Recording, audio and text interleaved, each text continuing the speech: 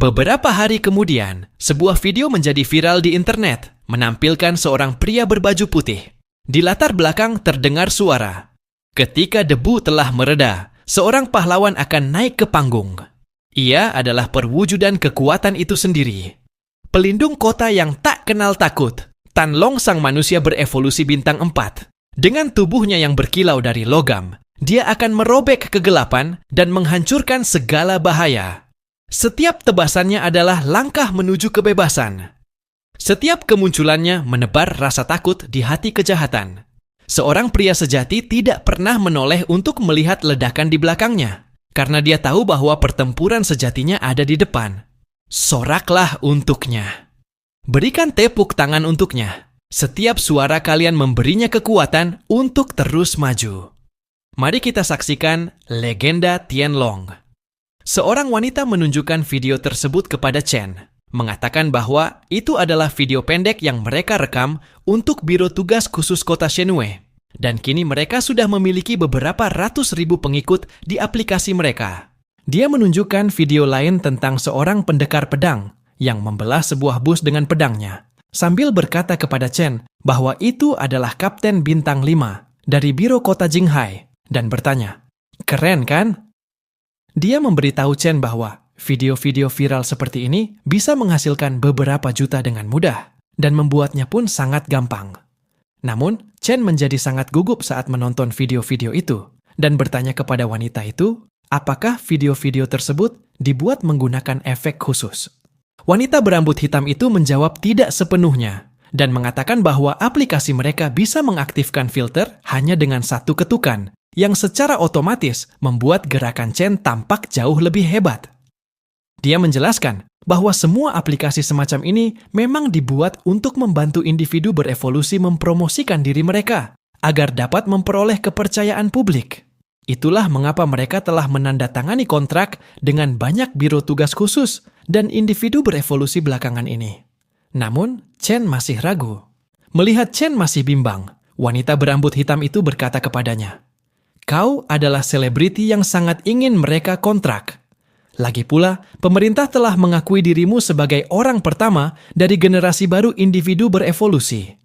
Dia menambahkan bahwa mereka hanya butuh Chen untuk menunjukkan kekuatannya, dan mereka akan menggunakan paket mereka untuk mengiklankannya. Dengan begitu, popularitasnya akan meroket, dan dia tidak akan kesulitan mendapatkan sponsor. Dia mengeluarkan ponselnya dan meminta Chen untuk melihat beberapa video sponsor. Video pertama adalah iklan mie instan dengan slogan, "Begitu kamu makan mie instan superhuman, kamu akan menjadi harapan kami dalam pertarungan melawan kiamat." Berubah dari 9966 menjadi 007 hanya dalam 3 menit. Mie kami mengandung penambah gen dengan 5.000 kleotida utama, kalium sorbat, dan 58 bahan tambahan makanan berkualitas tinggi lainnya. Jadi, kamu akan tetap berenergi bahkan di bawah tekanan ganda dari kiamat dan kapitalisme. Kamu bukan superhuman. Kamu hanya pekerja yang diculik oleh mie instan. Video kedua adalah iklan sepatu olahraga, di mana seorang pria melompat dari gedung sambil mengenakan sepatu tersebut. Slogannya adalah, "Kenakan sepatu dengan daya pantul eksplosif ini, dan kamu akan melampaui kenaikan harga sewa selama kiamat." Sepatu ini mengandung manik-manik energi dari bahan daur ulang, memungkinkanmu melompati monotonnya hidup sehari-hari dan KPI bosmu. Harap diingat, meski sol sepatu kami bisa terlepas saat digunakan berlebihan, mimpimu tidak. Video ketiga adalah iklan perlindungan dengan slogan, "Pertahanan mutlak yang dirancang khusus untuk digunakan selama kiamat." Kami menggunakan bahan yang tidak bisa ditembus di tingkat nano, sehingga kamu akan tetap kuat meskipun diserang emosi dan penyakit, entah itu untuk kencan atau sekadar hubungan santai. Ini akan memungkinkanmu mewujudkan keinginanmu sebelum kiamat datang. Sambil menunjukkan banyak video seperti itu, wanita tersebut mengatakan kepada Chen bahwa selama dia bersedia memulai siaran langsung di aplikasi mereka dan menjadi streamer terkenal dengan jutaan penggemar, mereka akan memenuhi syarat apapun yang dia inginkan. Namun, Chen berdiri dan berkata bahwa dia bukan selebriti. Jadi, penggemar seperti apa yang dia maksud? Terkejut, wanita itu bertanya, apakah Chen tidak tahu betapa populernya dia saat ini? Dia berkata bahwa hanya berdasarkan wajah tampannya yang sempurna, sudah akan ada jutaan penggemar wanita yang berebut untuk menjadi pengikutnya. Dia menunjuk ke ponselnya dan berkata bahwa selama Chen menunjukkan wajahnya di obrolan grup penggemar, dia bisa mendapatkan gadis manapun yang dia mau. Chen, yang sudah berjalan pergi dari tempat itu, berhenti sejenak memikirkan apa yang baru saja dikatakan wanita itu. Dia juga seorang pria. Namun, saat mengingat Qingqing, dia berkata kepada wanita berambut hitam itu bahwa dia tidak tertarik. Dia meminta sekretarisnya untuk tolong mengusir wanita itu. Seketika, sekretaris Chen dari kantornya menunjukkan jalan keluar kepada wanita berambut hitam tersebut. Namun, wanita itu masih belum menyerah dan berkata bahwa mereka akan membayarnya 100 juta per tahun hanya untuk merekam video iklan. Mendengar itu, Chen mulai kesal dan kembali meminta sekretarisnya untuk mengusir wanita tersebut. Tapi sebelum sekretaris Chen sempat mendorongnya keluar, wanita berambut hitam itu berteriak, mengatakan bahwa mereka membutuhkan pahlawan sejati, dan itu hanya bisa dilakukan oleh Chen. Mendengar itu, Chen meminta sekretarisnya untuk menunggu sebentar. Seketika, wanita berambut hitam itu mengeluarkan ponselnya dan menunjukkan video kepada Chen, mengatakan bahwa superhuman dari kota M bernama Hulk bisa berubah menjadi kera hijau raksasa setinggi 5 meter dalam sekejap. Begitu dia berubah, dia menjadi sangat kuat dan kebal terhadap senjata. Dia bisa berlari 100 meter dalam 1 detik dan dengan mudah menghancurkan tank.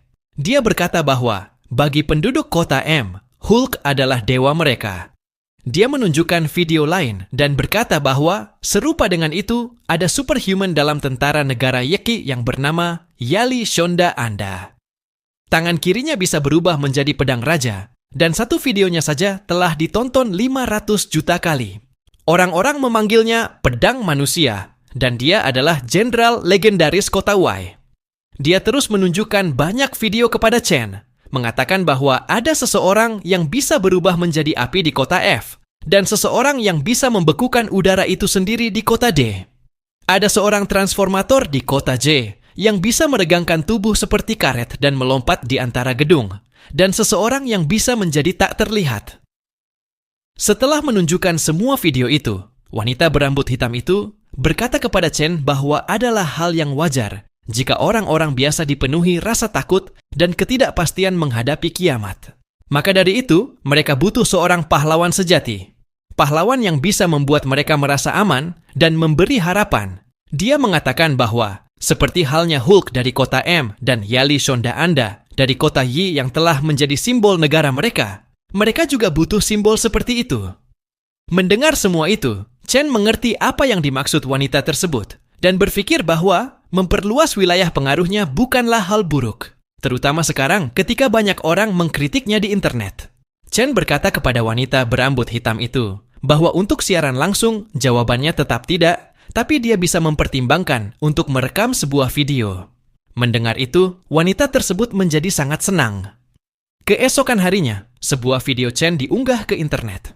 Dalam video itu, Chen berdiri di atas sebuah gedung sambil memegang pedang panjangnya. Lalu dia melompat dari gedung itu, dan saat dia melompat, beberapa drone mengikuti dan merekamnya. Sebuah slogan terdengar di latar belakang. Dalam kegelapan, dia adalah cahaya. Dalam keputusasaan, dia adalah harapan itu sendiri. Pedangnya menyerang dengan presisi dan keanggunan, dan ia bergerak di udara dalam tarian mematikan. Saat video itu diputar, Chen mendarat di tanah dan mengayunkan pedangnya untuk menebas ratusan monster bermutasi. Tiba-tiba, seekor hobgoblin melompat dari belakangnya, tetapi Chen bergerak dengan cepat dan menebas hobgoblin itu dengan pedang panjangnya. Bukan hanya hobgoblin itu yang ditebas, tetapi juga bangunan di belakangnya ikut terbelah. Slogan pun berlanjut. Seorang pahlawan sejati bertarung bukan demi kemuliaan, melainkan demi setiap nyawa yang tersisa di bumi ini. Saat video itu berakhir, mereka memperkenalkan Chen sebagai individu berevolusi pertama dari generasi baru. Seorang pelindung legendaris yang tak kenal takut dan penuh kebaikan. Melihat video itu, tim pemburu dari Biro Tugas Khusus Kota N yang dibentuk oleh wakil kepala menjadi terkejut. Mereka bertanya, apa ini semacam game kiamat yang dikhususkan untuk individu berevolusi? Seorang pria berkacamata mengeluh, mengatakan bahwa efek spesialnya begitu banyak hingga tidak terlihat nyata lagi. Tapi seseorang mengatakan bahwa itu bukan efek spesial. Memang seperti itulah kenyataannya. Semua orang pun terkejut. Wakil kepala dan ketua tim tugas khusus kota N memberitahu semua orang bahwa Chen pasti lebih kuat daripada bintang 5. Dia telah melampaui titik evolusi dan mencapai kebangkitan. Dia semakin jauh meninggalkan kita semua. Pada saat yang sama, di sebuah kuil, banyak orang dengan pakaian seragam berkumpul di depan gerbang Jepang, Tori. Tiba-tiba, sebuah portal muncul tepat di Tori itu, dan sesuatu keluar darinya. Pemimpin kelompok itu maju dan menyambut Tangu Agung. Sosok yang mereka sambut adalah Tangu, makhluk bersayap besar dengan wajah merah menyerupai monster. Tapi ia tidak sendirian. Saat Tangu muncul, ia berhenti dan menoleh ke belakang. Bersamanya muncul Izanami, sosok cantik mengenakan kimono Jepang. Melihatnya, semua pria berlutut dan memberi salam kepada Izanami Agung. Ketika Izanami melangkah keluar, ia bertanya kepada para pria itu, apakah mereka yakin telah menemukan anak-anak dari binatang purba? Para pria memberitahu Izanami bahwa makhluk raksasa itu muncul di dekat perairan kota R. Namun kota M adalah yang pertama menemukannya. Mereka berkata kepada Izanami bahwa, menurut hukum internasional, sumber daya dari makhluk seperti itu seharusnya menjadi milik seluruh umat manusia. Tetapi pihak yang menemukannya terlebih dahulu memiliki prioritas. Pada akhirnya, mereka hanya mendapatkan 30% dari sumber daya itu. Mendengar hal itu, Izanami sangat marah dan bertanya, hukum internasional yang mana? Jika mereka yang membunuhnya terlebih dahulu dan menguasai seluruh sumber dayanya, maka secara alami mereka berhak mengatur distribusi sumber daya tersebut. Beberapa hari kemudian, sebuah kapal selam menyelam ke laut dalam, menuju sebuah gua besar yang berada di formasi batuan. Ketika kapal selam itu sampai di tujuan, beberapa orang keluar dengan peralatan selam mereka. Mereka adalah tim serbu Poseidon dari negara M. Mereka mulai menyisir dasar laut sambil membawa senjata untuk mengantisipasi situasi tak terduga. Dalam beberapa menit pencarian, mereka menemukan jejak kaki besar di dasar laut. Mereka terkejut melihat betapa besarnya jejak tersebut. Saat sedang mengamati jejak itu, tiba-tiba seorang pria memanggil kaptennya dan mengatakan bahwa monster paus itu memiliki tengkorak sepanjang 20 meter. Semua orang berkumpul untuk melihat dan terkejut menyaksikan kerangka paus raksasa terbentang di dasar laut. Sebelum mereka sempat memahami situasinya, alat pengukur radiasi mereka tiba-tiba aktif dan mulai berbunyi. Seorang pria memeriksa meteran radiasi dan memberitahu kaptennya bahwa tingkat radiasi mencapai 46 sfer. Saat itu, mereka berdiri tepat di depan gua besar yang menjadi objek investigasi mereka. Melihat meteran radiasi berbunyi, sang kapten memastikan bahwa gua inilah sumber radiasinya. Tiba-tiba, terdengar gerakan dari dalam gua dan bayangan makhluk raksasa terlihat sesaat. Pria yang berada di dekat pintu masuk gua mendengar suara itu dan menjadi waspada. Ia bertanya kepada timnya, apakah mereka mendengarnya? "Mendengar apa?" tanya pria di belakangnya. Tak ada satupun yang mendengar apapun. Tapi sebelum ia sempat berkata apapun, alat pengukur radiasinya berbunyi semakin keras. Terkejut, ia memberitahu timnya bahwa ada sesuatu yang terjadi. Radiasi mencapai 88 sefer, lalu 125 sefer, kemudian 459 sefer, dan terus meningkat. Beberapa detik kemudian, angka itu menembus 1000 sefer.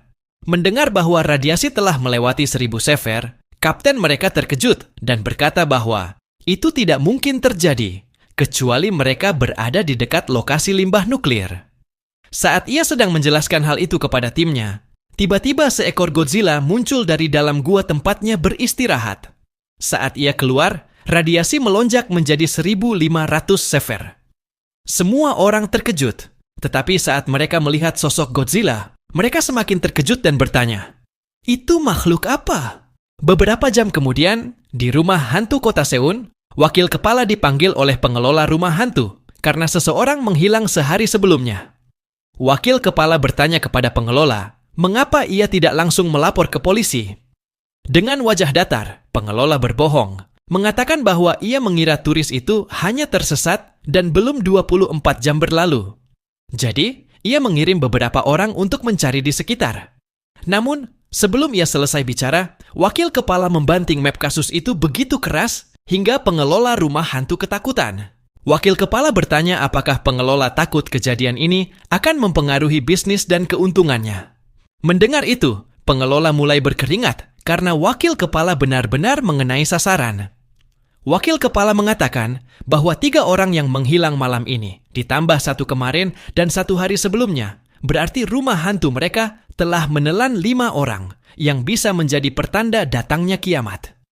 Ia memanggil timnya dan memberitahu pengelola bahwa Biro Tugas Khusus akan menangani kasus ini. Saat ke-6 anggota berevolusi dari biro tersebut masuk ke dalam rumah hantu, mereka merasakan sesuatu yang aneh. Seorang anak laki-laki berambut hitam bertanya kepada timnya, "Sensor sebelumnya mendeteksi polusi. Jadi kenapa sekarang tidak ada saat kita masuk ke rumah hantu?" Anak laki-laki berambut merah menjawab, "Kemungkinan kita berhadapan dengan monster aneh. Maka sudah pasti ia akan menyerap semua energi polusi di wilayah kekuasaannya." Mereka terus berjalan dan memasuki ruangan baru. Melihat sekeliling, anak laki-laki berambut hitam itu menyadari bahwa ini adalah ruangan bertema yang tertera di peta dari direktur. Saat mereka mulai menyisir ruangan, seorang gadis dari tim mereka melempar beberapa jimat dan mengaktifkannya. Anak laki-laki berambut hitam itu maju untuk memeriksa, namun tiba-tiba sesuatu muncul. Seorang gadis tergantung terbalik dengan mata menyala merah. Melihatnya, anak laki-laki itu terkejut dan langsung menyerangnya dengan tombak. Tapi ternyata itu hanya boneka yang jatuh ke tanah dan hancur. Seorang gadis di belakangnya berkata bahwa itu hanya properti dan bertanya apakah dramanya perlu sampai seperti itu. Anak laki-laki itu menghela napas lega dan berkata bahwa ia mengira itu hantu sungguhan. Tiba-tiba, seorang pria berkacamata melihat jam tangannya dan memberitahu semua orang bahwa sumber polusi semakin mendekat. Tepat saat ia mengatakan itu, dengan ledakan besar, sesuatu melompat di antara mereka dan membuat semua orang terkejut. Pria dengan tameng maju ke depan dan memperingatkan semua untuk waspada. Yang muncul adalah monster humanoid yang memegang pedang panjang di tangannya. Ia tak memberi waktu untuk bereaksi dan langsung menyerang, tetapi pria bertameng berhasil menahan pedangnya dan mendorongnya mundur. Namun, monster itu kembali menyerang. Pria berkacamata itu mengaktifkan kemampuannya dan mendeteksi bahwa ini adalah monster aneh bintang 3 yang serangan dan pertahanannya telah diperkuat. Ia memberitahu timnya bahwa monster ini juga memiliki kemampuan regenerasi luar biasa dan titik lemahnya ada di...